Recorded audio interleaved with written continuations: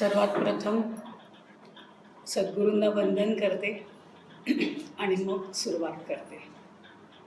शुका सारिखे पूर्ण वैराग्य ज्याचे, वशिष्ठा परिज्ञान योगेश्वराचे, कवी वाल्मिका सारिखा मान्य ऐसा, नमस्कार माझा सद्गुरु रामदासा.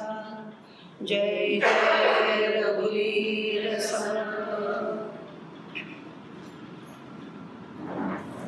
आनंदाश्रम या संस्थेतर्फे दासभूमी उत्सव जो साजरा केला जात आहे त्याचं आज 95वं वर्ष आहे हे मात्र मला आत्ता कळलं. आणि म्हणजे इतके वर्ष आज सेवा समर्थांची त्यांच्या हातून घडते आहे. आणि आज इथे सुद्धा त्यांनी मला त्याच्यामध्ये संधी दिली त्याबद्दल आधी मी या सर्व संस्थेच्या मान्यवरांचे आभार मानते. आणि आज आमच्या या ताई इथे ताराबाई देशपांडे सगळ्यांना माहितीच्या आहेत, परिचित आहेत, त्याही इथे उपस्थित आहेत. त्याचं मला आणखीन विशेष कौतुक वाटतं, कारण त्यांच्या हस्तेच मला जो प्रवचनकार म्हणून पुरस्कार मिळाला होता तो त्यांच्या हस्ते मिळाला होता. आणि त्यामुळे विशेष आनंद होतो आहे की मला त्यांच्यापुढे पण प्रवचन करायची संधी मिळते. खरं म्हणजे त्यांच्यापुढे मी बोलावं एवढं माझं सामर्थ्यही नाही आणि त्यांचं कार्य अतिशय खूप मोठं आहे. पण तरीसुद्धा ठीक आहे, थोडंफार माझे बोबडे बोल ऐकून घ्याल असं मी म्हणायला हरकत नाही. आज इथे दासनवमी उत्सव जो चालू आहे इथे श्रोते किती आहेत याच्यापेक्षा श्रोते जाणकार किती आहेत हे जास्त महत्त्वाचं असतं. आणि त्यामुळे या सर्व जाणत्या श्रोत्यांना वंदन करून मी माझ्या प्रवचनाला सुरुवात करते. जेव्हा धर्माला ग्लानी येते आणि अधर्माची प्रबलता वाढते किंवा निर्माण होते त्या वेळेला मी जन्म घेतो असं भगवंत आपल्याला सांगतात. आपल्याला असं वाटत असेल की आजचा विषय आहे नरदेहस्तवन आणि सुरुवात मात्र करते की धन्य धन्य हा नरदेह त्याच्यामध्ये असल्यामुळे मी ही सुरुवात करते की यदा यदा ही धर्मस्य ग्लानिर्भवति भारत अभ्युत्थानम अधर्मस्य तदात्मानं सृजाम्यहम्. हे ज्या वेळेला भगवंत सांगतात की मी जन्म घेणार आहे, मी दरवेळेला अवतार घेणार आहे. ईश्वर जो असतो तो अवतार घेतो. ईश्वराने अवतार रूपाने देह स्वीकारला की आपोआपच भाग्योदय होतो. म्हणून देवांची जयंती साजरी केली जाते, कृष्णजन्म रामजन्म वगैरे केले जाते. संतांनी देह ठेवला म्हणजे सुखरूप आणि ब्रह्मरूप होऊन लोककल्याणार्थ कार्य करून आपण देह कसा सोडावा याचा वस्तुपाठ मिळतो. त्यामुळे त्यांची पुण्यतिथी साजरी केली जाते. जसं दासनवमी, ज्ञानदेवांचा समाधी सोहळा वगैरे या गोष्टी आपण करतो. तुकाराम बीज आता थोड्या दिवसांनी येईल. त्यांच्या सगळ्या स्थानांना सुद्धा तीर्थक्षेत्र असं म्हटलं जातं. ईश्वर स्वतःच्या इच्छेने जन्म घेतो, अवतार घेतो. संत महंत जे असतात किंवा संत जे असतात ते भगवंताच्या इच्छेने जगाच्या कल्याणात जन्म घेत असतात. आणि माणूस त्याच्या प्रारब्धाने जन्म घेत असतो आणि वासनेच्या पोटी जन्म घेत असतो. त्यामुळे ईश्वर आपलं कार्य संपलं की अवतार संपवतो. संतांचं कार्य झाल्यावर ईश्वरी इच्छेने ते आपलाही देह समर्पण करतात किंवा परत जातात. आणि आमचं मात्र प्रारब्ध भोग भोगून नंतर आम्हाला मृत्यू येतो. जन्म आणि मृत्यू हे दोन्हीही आमच्या हातात नाही, जे संतांच्या आणि ईश्वराच्या हातात आहे. आणि त्यामुळे हे आमच्या हातात काहीच नाही आहे. आमचं प्रारब्ध कधी आहे, आमचं भोगून कधी पूर्ण होणार आहे आम्हाला काहीही माहिती नसतं. आम्ही जन्म घेतो, आम्ही मृत्यू पावतो. पण आमचं रिटर्न तिकीट आमच्या हातामध्ये भगवंताने आमच्या बाळ मुठीमध्ये दिलेलं असतं. पण त्या मुठी उघडतात तेव्हा ते कुठे गायब होतं ते आम्हाला समजत नाही. म्हणून आम्हाला ती शेवटची तारीख आम्हाला सांगता येत नाही. जन्माची तारीख आपोआपच कळते, सगळेजण नंतर आपल्याला सांगतात, पण ही तारीख मात्र आम्हाला माहिती नाही. अशाच हातात काहीही नसलेल्या नरदेहाचं स्तवन समर्थांनी दशक 1 समास 10 मध्ये केलेलं आहे. आणि त्याला त्यांनी नरदेह स्तवन असं म्हटलेलं आहे. समर्थ असं म्हणतात की धन्य धन्य हा नरदेहो, येथील अपूर्वता पाहो, जो जो की जे परमार्थ लाहो, तो तो पावे सिद्धी ते श्रीराम. आता असा हा नरदेह जो आहे तो इतर कोणत्याही योनीपेक्षा ही मानव योनी अशी ते अलौकिक आहे, श्रेष्ठ आहे. आणि म्हणूनच की काय, धन्य धन्य हा नरदेहो, म्हणजे एकदा धन्य म्हणून त्यांचं काही समाधान झालेलं दिसत नाही आणि त्यामुळे त्यांनी पुन्हा धन्य धन्य असं द्विरुक्ती इथे केलेली आहे. एखादी गोष्ट आपल्या मनावर जर बिंबवायची असेल तर आपण ती द्विरुक्ती करतो आणि त्याप्रमाणे सांगतो. लहान मुलाला सुद्धा लक्षात आलं ना मी काय सांगितलंय, काय आणायचं ते, असं म्हणून पुन्हा पुन्हा सांगत असतो. किंवा त्याहीपेक्षा इथे सगळे मोठे लोक बसलेले आहेत तर आपल्याला विदा सावरकरांचं सुद्धा काव्य माहिती आहे, ने मजसी ने परत मातृभूमीला. तर ते ने मजसी ने हे द्विरुक्ती त्यांनी तिथे केलेली आहे, कारण द्विरुक्ती केली की त्या म्हणण्याला थोडासा जोर येतो. आणि म्हणून समर्थ इथे आपल्याला म्हणतात धन्य धन्य हा नरदेह. ही द्विरुक्ती ते करतात आणि आपल्याला सांगतात हा निश्चितपणे चांगला देह तुला मिळालेला आहे. नरदेह धन्य आहे त्याचं कारणच इथे नराचा नारायण होऊ शकतो. आणि म्हणून ती पहिली श्रीकृष्णाची जी श्लोक होता तो मी मुद्दामून त्याच्यासाठी म्हटला, कारण नराचा नारायण करण्याचं जे सामर्थ्य आहे ते कसं असतं हे भगवद्गीतेमध्ये आपल्याला सांगितलेलं आहे. आणि त्याचप्रमाणे समर्थांनी सुद्धा धन्य धन्य हा नरदेहो ज्या काळामध्ये म्हटलं ती त्या काळातली खरं म्हणजे क्रांतीच होती. कारण पापोहम पाप कर्मात्मा पापात्मा पापसंभव हा अशा पद्धतीने गृहीत धरणाऱ्या लोकांना हा खरं म्हणजे धक्काच होता. कारण हा ही सगळी पापयोनी आहे, जन्म म्हणजे सगळं वाईट वातावरण आहे, वासनेच्या पोटी जन्म झाला आहे, खरं म्हणजे हा नरदेह उचित नाही, अशा पद्धतीने निगेटिव्ह थिंकिंग त्यापूर्वी होत होतं. पण इथे समर्थांनी मात्र धन्य धन्य हा नरदेह सांगून आपल्याला त्याचं पॉझिटिव्हमध्ये त्यांनी रूपांतर केलेलं आहे, त्या थिंकिंगमध्ये आपल्या त्यांनी रूपांतर केलेलं आहे. 184 योनी फिरत असताना ईशकृपा होऊन पापपुण्य समान झाल्यानंतर आपल्याला हा नरदेह मिळत असतो. या नरदेहाला कमी लेखून कसं चालेल बरं? ब्रह्मदेवानी ज्या वेळेला सृष्टी निर्मिती केली, किती वेळ, 1 तास, 7:30, ज्या वेळेला सृष्टीची निर्मिती केली त्यावेळेला त्यांनी पहिल्यांदा गाय निर्माण केली. उपनिषदातली गोष्ट आहे, आपल्या सर्वांना माहितीही असेल. प्रथम त्यांनी गाय निर्माण केली, मग सर्व देवतांना आपापल्या ठिकाणी जाऊन थांबायला सांगितलं. आपापल्या ठिकाणी म्हणजे प्रत्येक इंद्रियाची एक एक देवता असते. त्यामुळे जसं चक्षु आदित्य देवता आहे किंवा कानांची दिशा देवता आहे, मनाची चंद्रमा आहे, अशा या सगळ्या ज्या प्रत्येक अवयवांच्या देवता आहेत त्या प्रत्येक देवतेला आपापल्या ठिकाणी स्थानी जाऊन स्थानापन्न व्हायला सांगितलं. पण गायीच्या आत गेलेले सगळेजण भराभर त्या देवता बाहेर आल्या. मग त्यांनी घोडा तयार केला, त्याच्याही बाबतीत तसंच झालं. आता हे सगळं असताना तो म्हणाला मग मी आता कसा देह निर्माण करू? काय तुम्हाला ही शरीरं का आवडली नाही? तुम्ही त्याच्या आतमध्ये जर गेलात ते लगेच इतक्या लगबगीने कशाला बाहेर आला? असं ज्या वेळेला त्यांनी सांगितलं त्यावेळेला त्या सर्व देवतांनी उत्तर दिलं की आम्ही गायीच्या डोळ्यातनं जेव्हा बघितलं त्यावेळेला आम्हाला तिथे गोठा, चारा, बैल आणि वाघ दिसला. म्हणजे आहार, निद्रा, भय, मैथुन अशी ही 4च गोष्टी दिसल्या. आहार म्हणजे चारा दिसला म्हणून सांगितलं, गोठा दिसला म्हणून सांगितलं म्हणजे राहण्याचं ठिकाण वगैरे, बैल दिसला म्हणजे मैथुनाची हे आहे, आणि वाघ दिसला म्हणजे भय. आहार, निद्रा, भय, मैथुन एवढंच आम्हाला दिसलं, बाकी काही दिसलं नाही. मग कसं करावं असं म्हणून त्यांनी ह्या मानव देह तयार केला. आता ह्या मानव देह तयार केल्यानंतर त्याने सांगितलं आता जाऊन बघा. त्यावेळेला मात्र सर्व देवता आपापल्या ठिकाणी योग्य तऱ्हेने एकदम फिट होऊन बसल्या, म्हणजे तिथे जाऊन त्या थांबल्या आणि तिथनं काही त्या बाहेर परत आल्या नाही. आणि ब्रह्मदेवाला हे हुश्य झालं असेल त्यावेळेला की एवढे प्रकारचे प्राणी निर्माण केले पण हे काही कुठे राहायला तयार नाहीत, चला झालं बुवा एकदा काम. मग त्या देवतांना विचारले इथे नेमकं काय तुम्हाला सापडलं की तुम्ही तिथे स्थित झालात?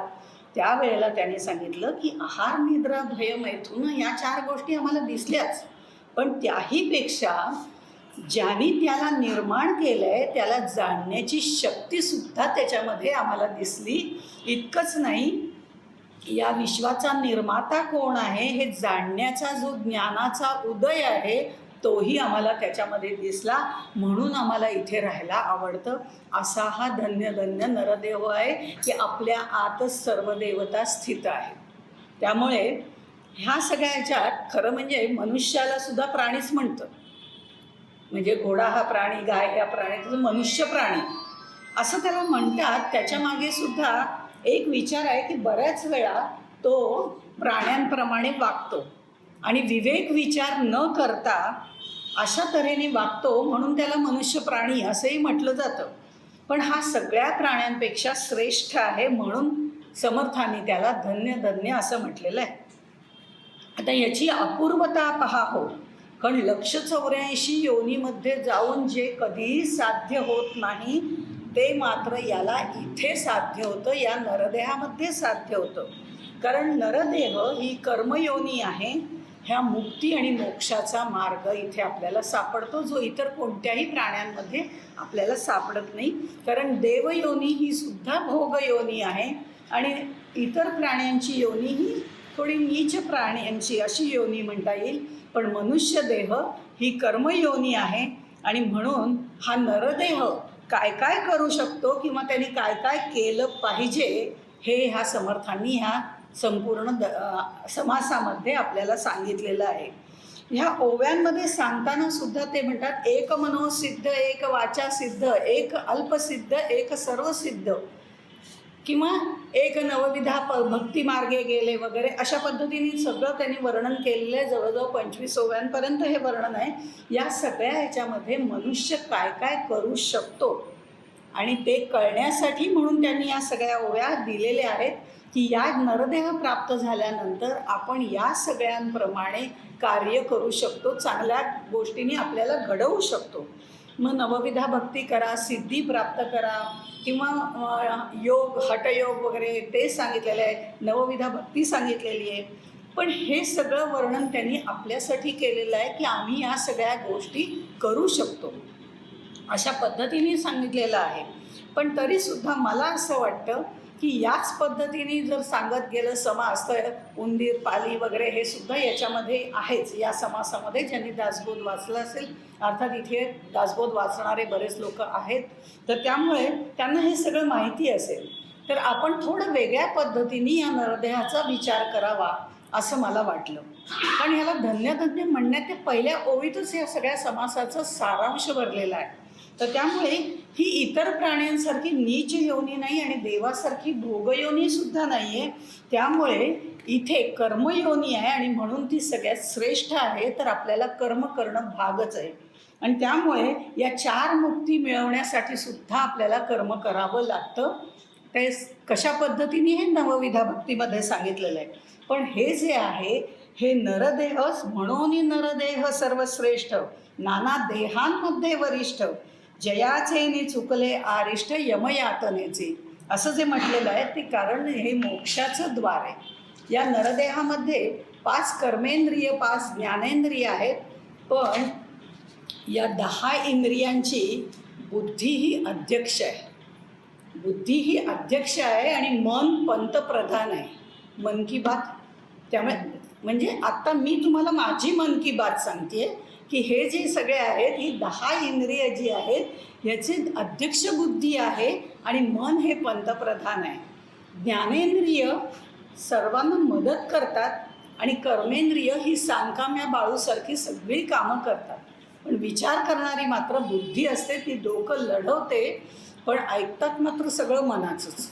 त्यामुळे सर्व इंद्रिय ऐकतात मनाचंच ही आपली स्थिती असते. त्यातनं आपल्याला पुढे पडून आपल्याला बुद्धीप्रमाणे वागता आलं पाहिजे. सारासार विचार, आत्मानात्म विचार हे सगळे विचार करून बुद्धीचं ऐकण्यासाठी हा नरदेह दिलेला आहे असं समर्थांनी इथे सांगितलं आहे. आता ही जी इंद्रिय सगळी आलेली आहेत, या इंद्रियांना राहायला जागा हवी ना. आता त्याची एक स्वतंत्र कॉलनीच त्यांनी तयार करून टाकली या सर्व इंद्रियांची. आणि ही सगळी कॉलनी म्हणजे नरदेह आहे, हे लक्षात घ्यायचं आहे आपल्याला. ही सगळी कॉलनी म्हणजे नरदेह आहे आणि मनासारखं राहायला मिळाला पाहिजे म्हणून प्रत्येकाने खटपट लटपट सुरू केलेली आहे. कारण फ्लॅट चांगला मिळाला पाहिजे ना आपल्याला, त्यामुळे बुकिंग लगेच व्हायला पाहिजे. त्याप्रमाणे कानांनी आधी भरभर जाऊन आपलं बुकिंग केलं आणि 2 बाजूला शरीराच्या 2 दिशेला 2 कान तिथे राहायला सुरुवात केली. त्यांनी इकडचे फ्लॅट बुक केले आणि सगळीकडचं ऐकायला यायला पाहिजे ना, म्हणून त्यांनी साईडची घरं घेतली, म्हणजे मग सगळं ऐकायला येईल.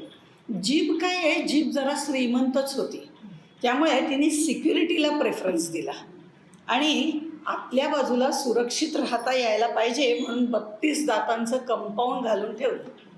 आणि एवढंही तिला पुरलं नाही हो, म्हणून 2 ओठांचे सिक्युरिटी गार्ड्ससुद्धा तिथे ठेवले. म्हणजे असं सगळं सिक्युरिटीचं बघून ती व्यवस्थितपणे तिथे राहायला गेली. अर्थात एवढ्या बंदोबस्तात जरी ती राहत असली तरी नको तो गोंधळ घालून बडबडून आणि नको ते खाऊन ती गोंधळ घालते तो वेगळाच. अर्थात डोळे जे आहेत ते मात्र एकमेकांच्या शेजारीच राहिले आणि संबंध सुरळीत राहावे म्हणून त्यांनी मध्ये एक नाकाचं कंपाऊंड घालून घेतलं. भाऊ आहेत ना शेवटी, भांडणं नको व्हायला म्हणून कंपाऊंड घालून घेतलं आणि ती कंपाऊंड वॉल त्यांनी मध्ये तयार केली. दोघांची दारं एका बाजूला आहेत बरं का, त्यामुळे हे डोळे अगदीच चांगले आहेत. एक मागे बघतोय एक पुढे बघतोय असं असतं तर काय झालं असतं बघा. पण धन्य धन्य हा नरदेह आहे तो याच्यासाठी आहे कारण त्याची रचनासुद्धा भगवंतानी उत्तम प्रकारे केलेली आहे. आणि म्हणूनच पण जरा नाकाचं थोडंसं काय झालं की त्यांनी एकाच फ्लॅटमध्ये 2 कंपार्टमेंट करून घेतली कारण जागा थोडी कमी होती ना. पण मन मात्र हृदयकमळामध्ये जाऊन स्थिर झालं आणि बुद्धी हिल स्टेशनला मस्तकामध्ये जाऊन थांबली. पण मन हृदयामध्ये आणि बुद्धी हिल स्टेशनला राहिल्यामुळे इंद्रियांशी किंवा म्हणजे बाहेरच्या ह्या जगाशी त्यांचा फारसा संबंध येत नव्हता. त्यामुळे ही इंद्रिय जी आहेत ती सगळी बुद्धीला आणि मनाला बाहेरच्या सगळ्या गोष्टी आत आणून देते. तेव्हा त्याला कळतं की काय घडतंय आणि मग त्याच्यावर बुद्धी विचार करतात. म्हणजे बुद्धीच विचार करते आणि मन मात्र जसं पाहिजे तसंच करते. या सगळ्या ह्याच्यात एक महत्त्वाचं इंद्रिय राहिलं आणि ते म्हणजे त्वचा. 5 ज्ञानेंद्रिय जी आहेत ती महत्त्वाची आहेत, तेवढीच आपण इथे बघितली जी फ्लॅटमध्ये राहायला आली. ते त्वचा राहिली आणि स्त्री आहे शेवटी, नट्टापट्टा करून येईपर्यंत तिला इतका वेळ लागला की रंग कोणता निवडू, काळा निवडू का पांढरा निवडू म्हणता म्हणता तिला वेळ लागला आणि कुठेच जागा नाही अशी तिची अवस्था झाली. सगळे बुक झाले हो फ्लॅट असं तिला वाटायला लागलं. तेव्हा ती म्हणली ठीक आहे काही बिघडत नाही आहे, मी आपली हे विश्वची माझे घरं असं म्हणून सगळ्या अंगाभर पसरून राहील. अशा तऱ्हेने त्वचा आपल्या सगळ्या अंगावर पसरलेली आहे, पूर्ण शरीराभर पसरलेली आहे. असा हा नरदेह आहे आणि तो महत्त्वाचाही आहे. आता थोडासा आध्यात्मिक अर्थ बघूया कारण तो तितकाच महत्त्वाचा असतो. हा डोळे हा अवयव आहे आणि इंद्रिय आहे. आपण म्हणतो ना डोळे हे ज्ञानेंद्रिय आहे, त्यामुळे डोळे हा अवयव असला तरी चक्षु हा त्याचा गोलक आहे, म्हणजे शक्ती केंद्र आहे. डोळ्यांचा चक्षु हा गोलक आहे म्हणून डोळे आहेत म्हणून पाहता येईलच असं मुळीच नाही. त्या आतमध्ये पाहण्याचे चक्षु ही शक्ती असली पाहिजे. म्हणजे नुसते डोळे आहेत त्याला पाहता येतच असं नाही आणि ज्याला डोळे असतात तो पाहतो असंही नाही. तर त्यामुळे त्याच्यामध्ये ती पाहण्याची शक्ती म्हणजे चक्षु ही शक्ती म्हणजे गोलक असणं महत्त्वाचं आहे. कर्ण हे त्याचं गोलक आहे, कान हा आपल्याला बाहेर दिसणारा अवयव आहे. त्यामुळे या प्रत्येकाचे असे गोलक ठरलेले असतात जे त्याच्या आतमध्ये स्थित असतात. म्हणजे डोळ्यांना जे दृष्टी आपण म्हणतो किंवा चक्षु आपण म्हणतो ती आत शक्ती असते म्हणून त्याला महत्त्व असतं. नाहीतर जर डोळ्यांच्या खाचा असतात, डोळे असतात पण दिसतच नाही कारण आतमध्ये ती शक्ती नसते, मग त्याचा काही उपयोग होऊ शकत नाही. तसंच हे घर आहे पण घरात माणसं नसतील तर घराला घर पण येत नाही. तसंच ही शक्ती आपल्या आतमध्ये असणं, त्या इंद्रियांच्या आतमध्ये अवयवांच्या आतमध्ये ते गोलक असणं महत्त्वाचं आहे आणि ते तिथे स्थिर राहावे लागतात. या देहाची रचना उत्तम आहे ती आपण हळूहळू बघणारच आहोत. पण इथेच समर्थ असं सांगतात या नरदेहाचे निसंबंधे बहुत पावले उत्तम पदे अहंता सांडून स्वानंदे सुखी झाले श्रीराम. या नरदेहाचे निसंबंधे बहुत पावले उत्तम पदे. हे आपण आत्तापर्यंत बघितलं, काही ऋषी झाले, मुनी झाले, योगी झाले, सिद्धी प्राप्त करणारे झाले, अशी सगळी पूर्णच्या पूर्ण एक यादीच समर्थांनी दिलेली आहे. पण इथे जे पुढे म्हटलेलं आहे की अहंता सांडून स्वानंदे सुखी झाले, ही अहंता सांडून हे सगळ्यात महत्त्वाचं आहे. कारण अहंता सांडण्यासाठी आधी अहम, अहंता, अहंकार आणि दर्प या 4 गोष्टी आपल्यामध्ये असतात. त्यापैकी त्यांनी अहंता सांडून द्यायला सांगितले. अहम जी आहे त्याची सूक्ष्म जाणीव आपल्याला परमात्मा स्वरूपापर्यंत जाण्यासाठी आवश्यक असते. त्यामुळे अहमची सूक्ष्म जाणीव आपल्याला महत्त्वाची आहे. पण अहंता, अहंकार, दर्प हे मात्र परमार्थ मार्गामध्ये मोठे अडसर आहे. कारण आम्हाला अहंता खूप असते, प्रत्येक गोष्टीची अहंता असते. मी, माझं हे जे आहे त्याला अहंता असं म्हटलं जातं. त्याच्यानंतर फक्त माझंच, माझ्याशिवाय दुसरं कोणी नाहीच अशी जी भावना असते त्याला अहंकार असं म्हणतात. आणि दर्प तर अगदीच दूर ठेवावा, कारण मीच, माझ्यासारखं कोणी करूच शकत नाही, बाकी सगळे तुच्छ, ही जी भावना आहे ती आणखीन वाईट आहे. त्यामुळे अहंता, अहंकार, दर्प सोडून मग सुखी झाले असं त्यांनी म्हटलेलं आहे. त्यामुळे आपल्याला ह्या सगळ्या अवयवांचं जे ज्ञान आहे ते परमात्म्याविषयी ज्ञान करून घेण्यासाठी ते अवयव वापरायचे आहेत. आणि म्हणून त्यासाठी मुळामध्ये अहंता सोडून द्यावी लागते. ती कशी सोडायची तेही आपण पुढे बघूया. या डोळ्यांची जी रचना आहे ती, डोळे आपण म्हणतो 2 डोळे शेजारी भेट नाही संसारी, असं किती सहजपणे आपण म्हणतो. खरंच त्यांची भेट होत नाही. पण हे 2 डोळे आहेत याचाच अर्थ समर्थ आपल्याला सांगतात इथे द्वैत आहे. आम्ही ज्या जगामध्ये वावरतोय त्या जगामध्ये हे द्वैत चालू आहे. आणि त्या द्वैताच्या बाजारामध्ये आम्हाला भय आहे. भय हे नेहमी द्वैतात असतं. आणि त्यामुळे जी संपत्ती सांगितलेली आहे, दैवी संपत्ती सांगितलेली आहे, त्याच्यात अभय हे पहिलं सांगितलेलं आहे. आणि इथे द्वैत भावना आमच्या मनुष्यामध्ये कायम असते. माझं तुझं हे कायम असतं. त्यामुळे तिथे भय आम्हाला असतं. त्यामुळे जे काही चांगलं आहे ते मलाच मिळावं असं आम्हाला कायम वाटत असतं. ती भावना आमच्या मनामध्ये निर्माण होते. बरं, ते मिळालं की ते दुसरं कोणी नेईल का म्हणून आम्हाला भय असतं. आणि इतकंच नाही, ते जे आहे ते सांभाळण्याचं पण भय असतं. अशी अनेक प्रकारची भय आपल्याला संसारामध्ये पाहायला मिळतात. पण हा संसारसुद्धा 5 गोंधळच आहे. 5 ज्ञानेंद्रिय, 5 कर्मेंद्रिय यांचा सगळा गोंधळ म्हणजे प्रपंच असतो. आणि या सगळ्यांचा समन्वय म्हणजे परमार्थ असतो.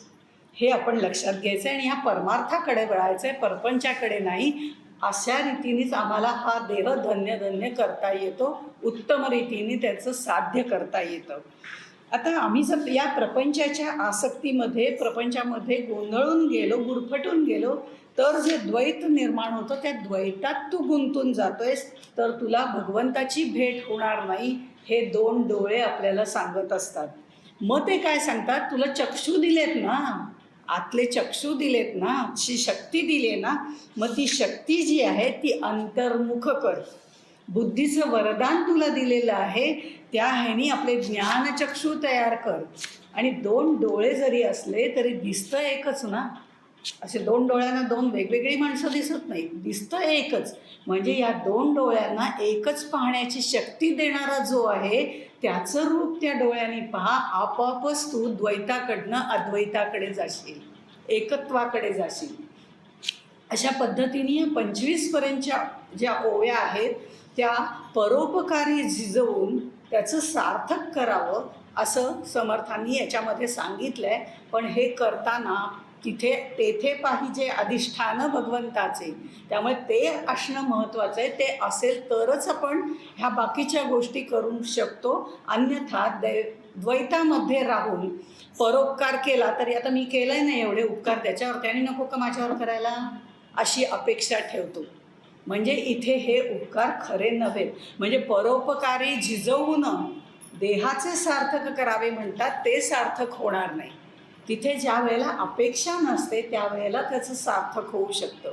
पुढे 27 ते 30 ओव्यांमध्ये ते असं म्हणतात, नरदेह अंध असिला तरी तो निपटची वाया गेला, अथवा बधीर जरी असला तरी निरूपण नाही श्रीराम.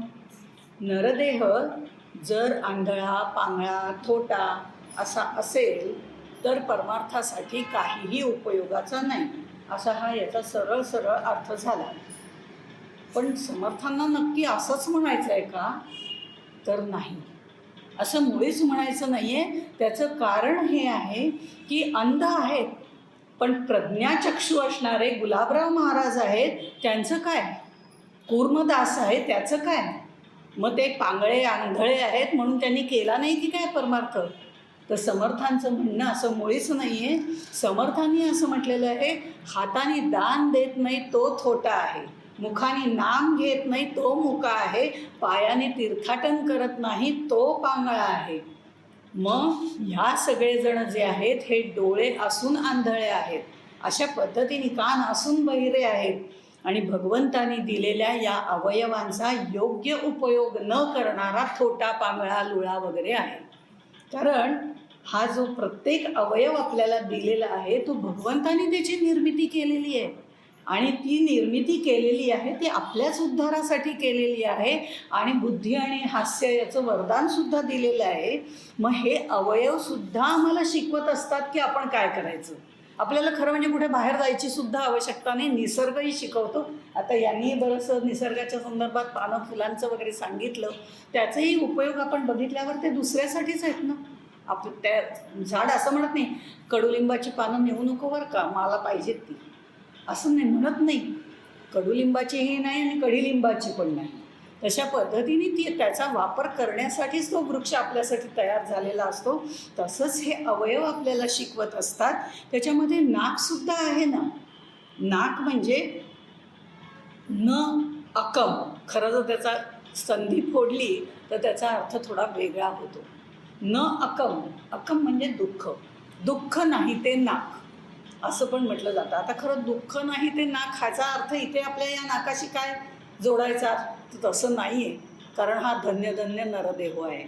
इथे उत्तम शुद्ध हवा मिळाली की आपल्याला स्वर्गप्राप्तीचा आनंद होतो आणि त्याच्याऐवजी कुणीतरी नाक घट्ट दाबून ठेवावं म्हणजे लक्षात येतं की तो स्वर्गप्राप्तीचा आनंद काय.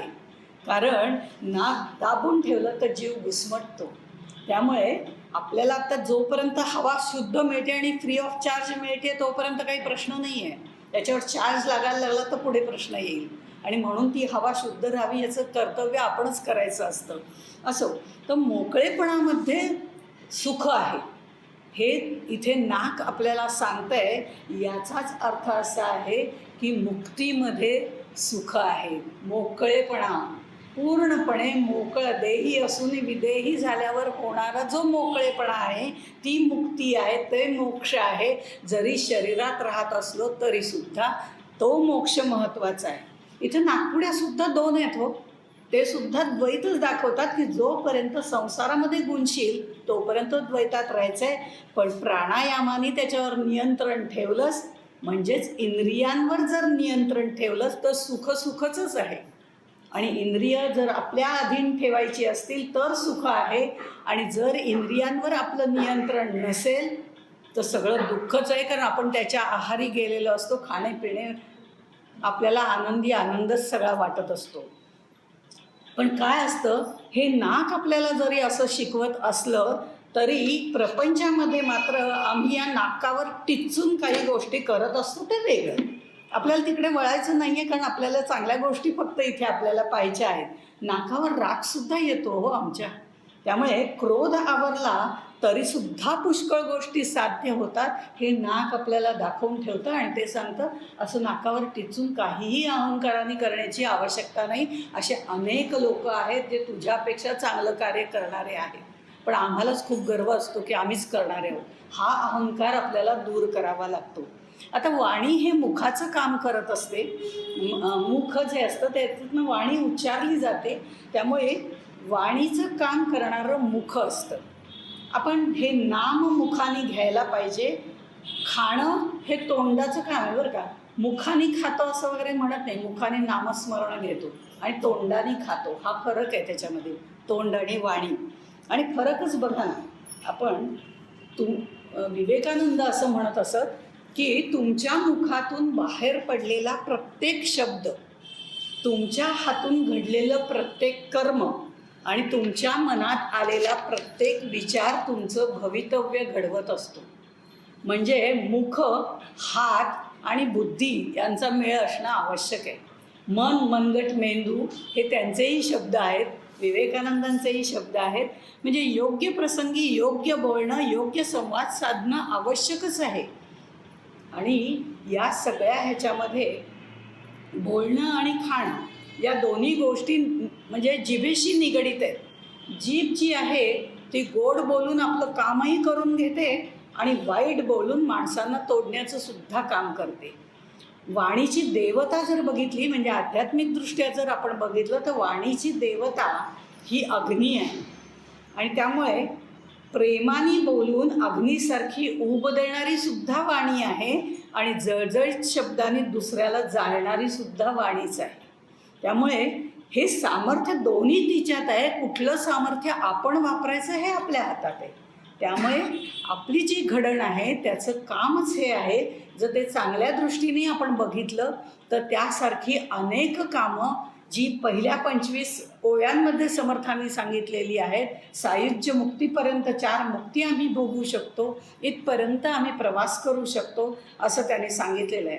पण आमची वृत्ती कशी असते, यावत जीवेत सुखम जीवेत ऋणम कृत्वा घृतम पिबेत, अशा खा प्या मजा करा, अशा वासनात्मक विकारी अशा विचारांच्या आहारी जाऊन आपण परमेश्वरांनी आपल्याला दिलेलं हे नरदेह, जे भक्ती करण्याचं साधन दिलेलं आहे, ते साधन आम्ही वाया घालवतो.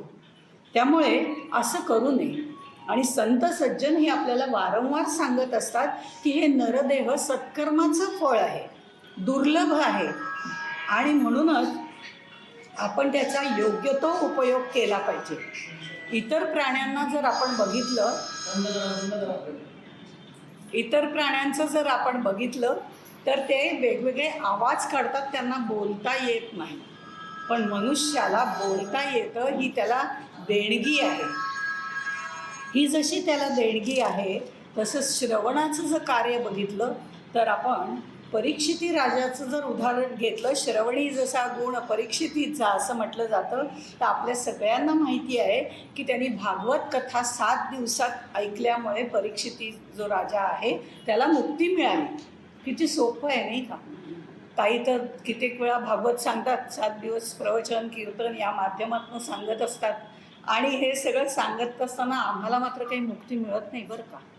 7 दिवस प्रवचन ऐकलं तरीसुद्धा आम्हाला मुक्ती मिळत नाही. याचाच अर्थ आमच्या ऐकण्यात आणि त्याच्या ऐकण्यामध्ये फरक आहे. आणि त्यामुळे हा ऐकण्यामध्ये जो फरक आहे ना, ते परीक्षितीने हृदयाचे कान करून ऐकलेलं होतं. आणि नुसतंच ऐकलं नव्हतं, तर ते श्रवण करताना त्यांनी मनन, चिंतन, निधिध्यासन आणि आचरण केलेलं होतं. आणि हे आचरण महत्त्वाचं आहे, जे आपण या देहाने करू शकतो. ते आचरण महत्त्वाचं आहे.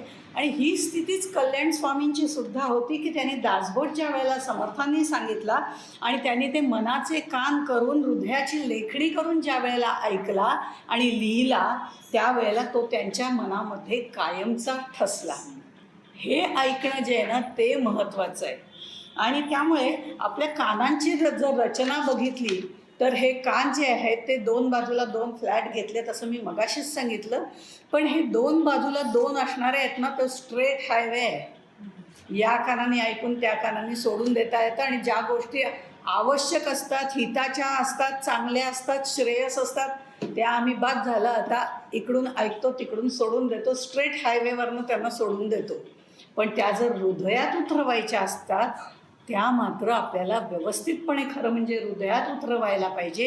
कारण प्रपंचाच्या गोष्टी आम्ही हृदयात साठवतो. पार अगदी कुठल्या कुठल्या गोष्टी आम्हाला आठवत असतात की अमक्या तमक्याच्या बारशाच्या वेळेला तिने मला कोणती साडी दिली होती, आता मी बघतेच, इथपर्यंत.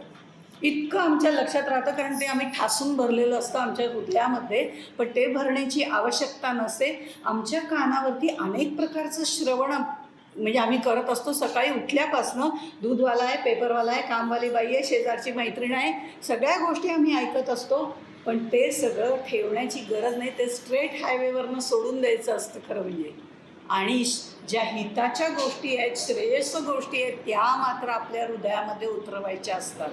आणि म्हणूनच हृदयामध्ये मन असतं आणि त्या मनामध्ये, मनाच्या कप्प्यात ह्या गोष्टी ठेवायच्या असतात, परमात्म चिंतनाच्या किंवा श्रेयसाच्या गोष्टी ठेवायच्या असतात. हे हृदय जे आहे ते त्याच्यामध्ये मन असतं आणि कानाने श्रवण केलेलं जे आहे ते मनापर्यंत पोचावं लागतं, तेव्हा ते मग मनामध्ये ठसतं. आणि आपण जर इंग्रजी शब्द बघितला, HEART, हार्ट, हार्ट इथे आहे आणि त्याच्यामध्ये मन आहे. आणि HEART, हार्ट, याच्याचमध्ये EAR हा शब्द आहे आणि इयर म्हणजे कान. त्यामुळे या कानाने त्या हार्टपर्यंत जर गेलं तर पोचतं. आपण जर बघितलं तर HEART, याच्यामध्ये H आणि T सोडला तर EAR हा शब्द आहेच की. म्हणजे तिथे श्रवण आहे खरं म्हणजे, जे हृदयापर्यंत पोचलं पाहिजे, जे परीक्षितीने श्रवण केलं.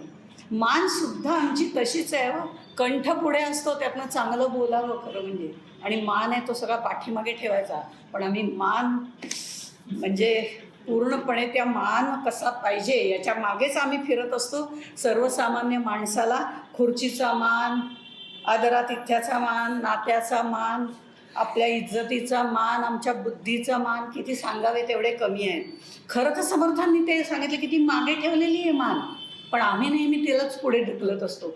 आणि हे कंठातनं जे चांगलं बोलायचं ते दूरच राहतं. असा आमचा अहंकार वाढत जातो. असं हे जे आपलं नरदेह दिलेला आहे, हा नरदेहाच्या बाबतीमध्ये सुद्धा समर्थ असं म्हणतात, मृत्तिका खाणून घर केले ते माझे ऐसे दृढ केले. हे जे घर तयार केलं, आम्ही बांधलं बरं का, घर बांधलं छान मस्त, अगदी असं हायवेवरती आहे, वारा मस्त आहे. काय म्हणजे आपण बांधलं म्हणजे फारच फार काय वेगळं केलं अशा थाटामध्ये आम्ही सांगायला जातो, माझंच आहे घर आणि आता काय विचारू नका, एकदम मस्त वगैरे असं सांगायला जातो. पण इथे पुढे समर्थ लगेच आपल्याला जागृत करतात. मूषक म्हणती आपुले घर, पाली म्हणती आपुले घर, झुरळे म्हणती आपले घर. आता अख्खी यादी दिलेली आहे त्यांनी, जवळजवळ 50-52 वयांपर्यंत. कोण कोण आपलं आपलं घर म्हणतं आणि आम्ही मात्र सांगतो हे माझं आहे बरं का घर.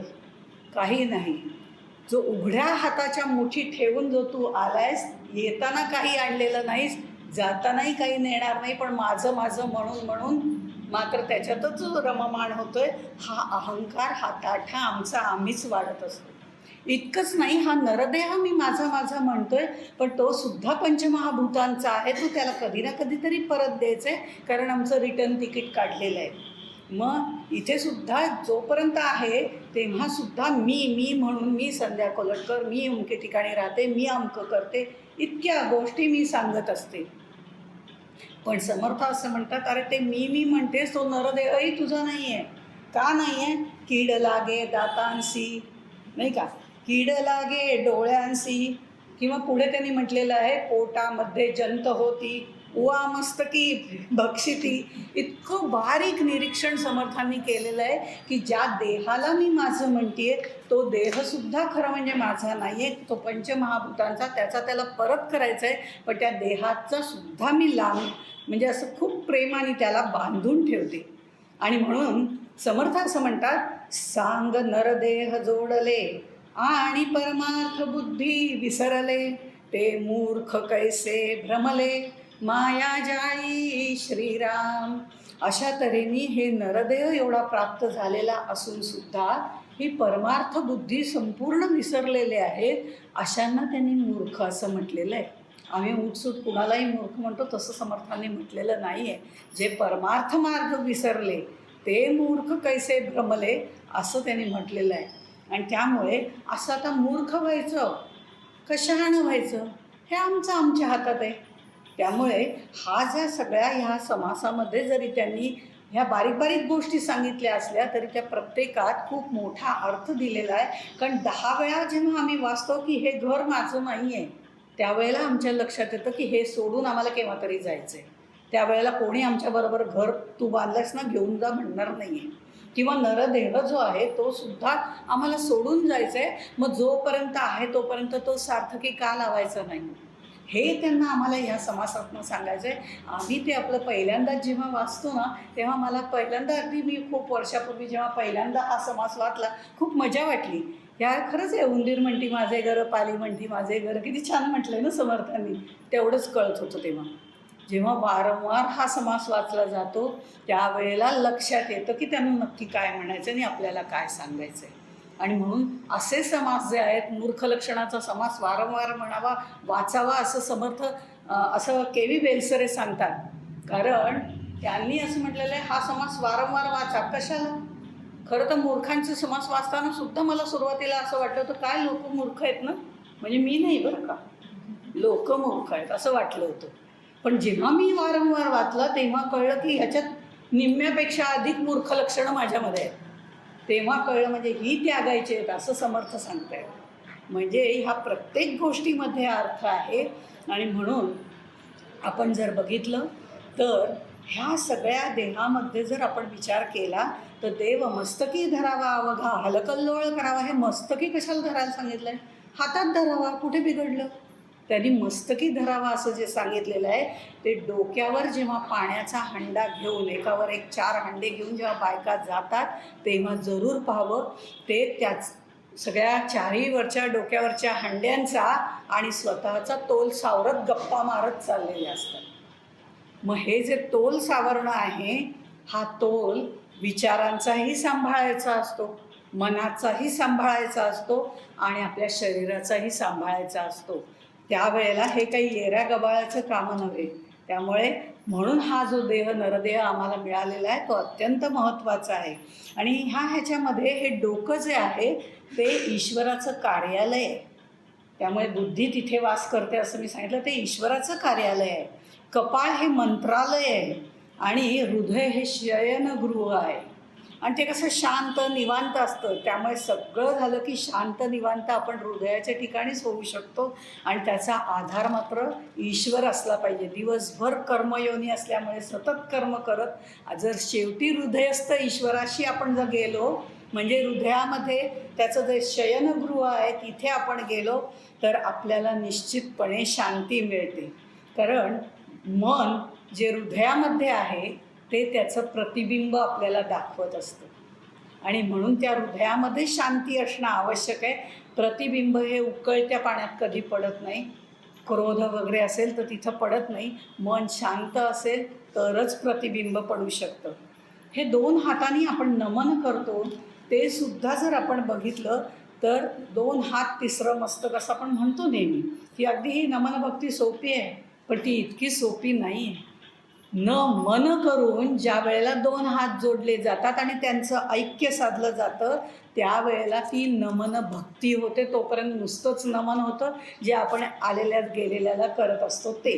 पण ते नव्हे, न मन होऊन जे केलं जातं म्हणजे देहाचा मनाशी असलेला संबंध तोडून मन उन्मन होतं.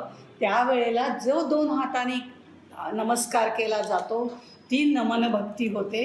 आणि ती सुद्धा आम्ही या नरदेहातच करू शकतो, इतर प्राणी करू शकत नाहीत. आता हल्ली सर्कशीमध्ये वगैरे दाखवतात पण ते हंटरला घाबरून करत असतात. आम्हाला ते मनापासून करता येतं. हा महत्त्वाचा भाग आहे. हे 2 हात जोडणं म्हणजे सुद्धा एक प्रकारचं द्वैत आहे, अद्वैत करणंच आहे. हे द्वैत आहे ते अद्वैत करणं आहे. अशा पद्धतीने प्रत्येक अवयव आम्हाला जर सांगत असतो. आणि म्हणून इथे आपल्याला असं म्हटलेलं आहे समर्थांनी की पशु देही नाही गती ऐसे सर्वत्र बोलती म्हणून नरदेही प्राप्ती परलोकाची श्रीराम. मग हे शरीर कसं बनवायचं ह्याच्यावरनं एक गंमत सांगते फक्त, की हे शरीर कसं बनवावं असं देवाला जेव्हा प्रश्न पडला होता. आपण अर्धी गोष्ट बघितली, आता पुढची अर्धी गोष्ट फक्त बघूया की कसं बनवावं हे शरीर, कसं बनवावं असं ज्या वेळेला प्रश्न पडला की त्यावेळेला ब्रह्मदेव कंटाळून घरी आले. म्हणले आता उद्या विचार करतो कसं बनवायचं ते, रात्रभर जरा शांतपणे विचार करता येईल. पण त्यांची पत्नी त्यांच्याबरोबर तिथे होती असं आपण एक गृहीत धरू. एक काल्पनिक गोष्ट आहे बरं का. तर त्यामुळे ह्याच्या फार मुळाशी काय ते जरूर बघा. गोष्टीला महत्त्व देऊ नका. आपण नेहमी गोष्टीला महत्त्व देतो, तसं करू नका. पण इथे त्याची पत्नी बरोबर होती आणि त्यामुळे बायका पुढे बसलेत, त्यामुळे बायकांनीच फक्त ऐका बरं का, मागे ऐकू नका. बायका तशा हुशार असतात आणि त्यामुळे ह्या बायका हुशार असतात. तर त्यांची पत्नी त्यांना असं म्हणाली, अहो एवढा कसला विचार करताय तुम्ही, तुमच्यासारखंच बनवा ना, तुमच्यासारखंच शरीर बनवा. फक्त ते 4 हात 2 पाय वगैरे तसलं नका करू. माणसाला आपले 2 हात 2 पाय ठेवा आणि मग तसं तुमच्यासारखं हुबेहूब त्याला बनवा. आमचे देव हे सगळे आमच्यासारखेच आहेत की नाही बघा. 2 हात 2 पाय 4 डोकी वगैरे असे असणारे आहेत, चतुर्भुज पण आहेत. पण मुळात शरीर यष्टी पाहिली तर ती आमच्यासारखीच त्यांची आहे, किंबहुना त्यांच्यासारखंच त्यांनी आम्हाला तयार केलेलं आहे. त्यामुळे ब्रह्मदेवाने त्यांची डुप्लिकेट आपल्यासाठी तयार केलेली आहे आणि ही सगळी तयार केली. आणि मग त्यांना असं वाटायला लागलं, अरे मी एकदम छानच तयार केलं की. असं त्यांना इतका काही आनंद झाला आणि त्यांनी सगळे जे बाकीच्या प्राण्यांमध्ये गुण होते ते सगळे त्याच्यामध्ये घातलेच. आहार निद्रा भय मैथुन एवढे. पण खुश होऊन त्यांनी त्याला बुद्धीचंही वरदान दिलं आणि हास्याचं सुद्धा वरदान दिलं. सिंह हसला, पोपट हसला असं कधी माझ्या ऐकिवात नाही आहे. त्यामुळे हसण्याचं पण वरदान दिलं. आणि पण माणसाने मात्र याचा उपयोग करताना तो स्वार्थासाठी केला आणि त्याने जो बुद्धीचा उपयोग केला किंवा आपल्या हसण्याचा उपयोग केला तो दुसऱ्याला हसण्यासाठी केला. तो करायला नको. उलट आपण हसून दुसऱ्याला आनंद देता येईल याच्यासाठी त्याचा वापर करायला हवा, हे आपल्याला सांगितलं जातं. ते सर्व त्वचेमार्फत आपल्याला सांगितलं जातं. कारण आपली देहयष्टी जी आहे ती जर आनंदी असेल तर आपोआपच आपण आनंदीच बोलतो आणि हास्याचेच फवारे बाहेर टाकत असतो, ज्यामुळे बाह्य वातावरणसुद्धा चांगल्या प्रकारचं निर्माण होतं. या बुद्धीचा उपयोग स्वार्थासाठी आणि हसण्याचा उपयोग दुसऱ्याला हसण्यासाठी केला आणि त्याला थोडासा गर्व पण झाला. आणि गर्व झाल्यावर मग तो म्हटलं, कोण भगवंत, कुठला भगवंत, कोणी मला तयार केलं, छे छे, मी एवढा बुद्धिवान आहे, मी एवढा चांगला आहे असं म्हणायला त्यांनी सुरुवात केल्यावर मग देवाला प्रश्न पडला की आता हा माझाच ताबा घेतो की काय, असं त्याला प्रश्न पडायला लागला. त्यावेळेला आता कुठे लपायचं असं देवाला वाटायला लागलं की याच्यापासनं कसं दूर राहायचं. त्यावेळेला काही देवांची बैठक बोलवली आणि मग सगळ्यांनी असा विचार केला की आपण वरती खूप आकाशात वरती वरती वरती जाऊन राहू. ते बरं, तिथे काही हा मनुष्य येणार नाही. पण त्यांनी विमान तयार केलं, खूप खोल समुद्रात जावं म्हटलं तर पाणबुडी तयार केली. म्हणजे त्याच्या बुद्धीच्या जोरावर तो सगळीकडे जायला लागला. आणि मग मात्र त्यांना पंचायत पडली की आता कसं करावं. त्यावेळेला देवसुद्धा देवच आहे तो. ज्याने आपल्याला निर्माण केलं ते आपल्यापेक्षा विद्वान असणारच ना. तर त्यामुळे त्यांनी अशी जागा शोधून काढली की जिथनं हा मनुष्य मला कधीच शोधू शकणार नाही. आणि म्हणून तो माणसाच्या हृदयातच जाऊन बसला. आणि अजूनही आम्ही त्याला बाहेरच शोधतोय, जो आमच्या आतमध्येच आहे. आणि म्हणून हा आतमध्येच असणारा जर देव शोधायचा असेल तर अंतरसाधना या नरदेहानेच केली जाते. आणि म्हणून ती आधीची 25 ओव्यांमध्ये जी सांगितलेली आहे, सिद्ध झालेत, चांगदेवांसारखे हठयोग करणारे झालेत, अशी जी सगळी उदाहरणं दिलेत ती आम्हालाही करता येतं. कारण आमचा नरदेह हे ATM आहे, ऑल टाईम मनी नाही.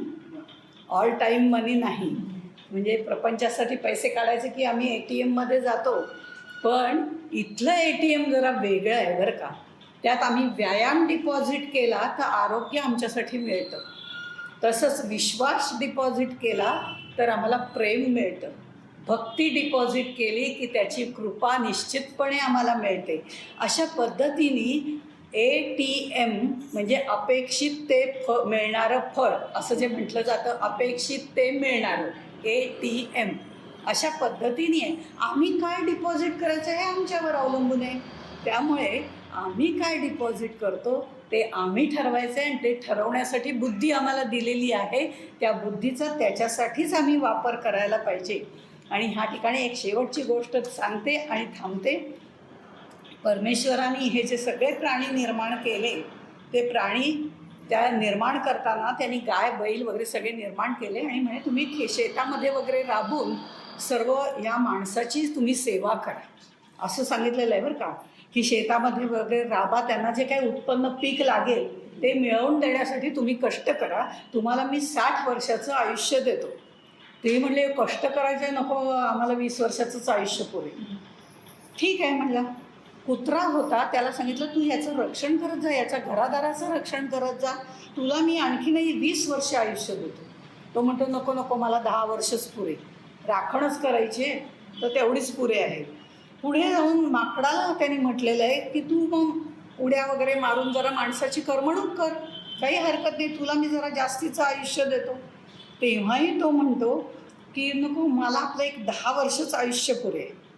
आणि माणसाला तो म्हणतो बरं सगळेच जण एवढं कमी कमी आयुष्य मागतात, मग तुला मी असं करतो 20 वर्षाचंच आयुष्य देतो, म्हणजे तू आपला खा पी मजा कर, असं म्हणून तुला 20 वर्षाचं आयुष्य देतो. तर माणूस असं म्हणाला फक्त 20 वर्षाचं आयुष्य नको नको म्हणे, जास्ती द्या ना, खायचं प्यायचं मजा करायचे, ते आयुष्य जास्त असलेलं काहीच हरकत नाही आहे, मी व्यवस्थित आरामात जगेन, मग फक्त 20 वर्ष कशा करता, थोडं जास्तच द्या. बरं म्हणे, हे सगळे प्राण्यांनी जे नाकारलं आहे ना ते सगळं तुला देऊन टाकतो, ज्यांनी ज्यांचं आयुष्य नाकारलं आहे ते तुला देतो, असं म्हणून सांगितलं. हाही खुश झाला आपल्याला आयुष्य मिळालं म्हणून, आणि भगवंतानी तथास्तु म्हटलं, कारण भगवंतानी हे पाहिलेलं होतं की हा आपली बुद्धी योग्य ठिकाणी वापरत नाही, आपल्या शरीराचं योग्य ठिकाणी वापर करत नाही आहे. आणि म्हणून माणूस जी आहे ती त्याला जी ओरिजिनल पहिली 20 वर्ष दिलेली आहेत ती तो मजेत घालवतो, चांगली घालवतो, धट्टीकट्टी अशा पद्धतीने घालवतो. नंतर 40 वर्ष बैलासारखे कष्ट करतो आणि संसारासाठी मरतो. नंतरची 10 वर्ष माकडासारखं उड्या मारून नातवंडांना रमवतो आणि शेवटची 10 वर्ष घरात कुत्र्यासारखा बसून घराचं रक्षण करायचं काम करतो. आणि अशा पद्धतीने आपलं जीवन घालवतो. जे दिलं आहे ना त्याच्यात समाधान माना, आम्ही त्याच्यात समाधान मानत नाही, हे आमचं दुर्दैव आहे.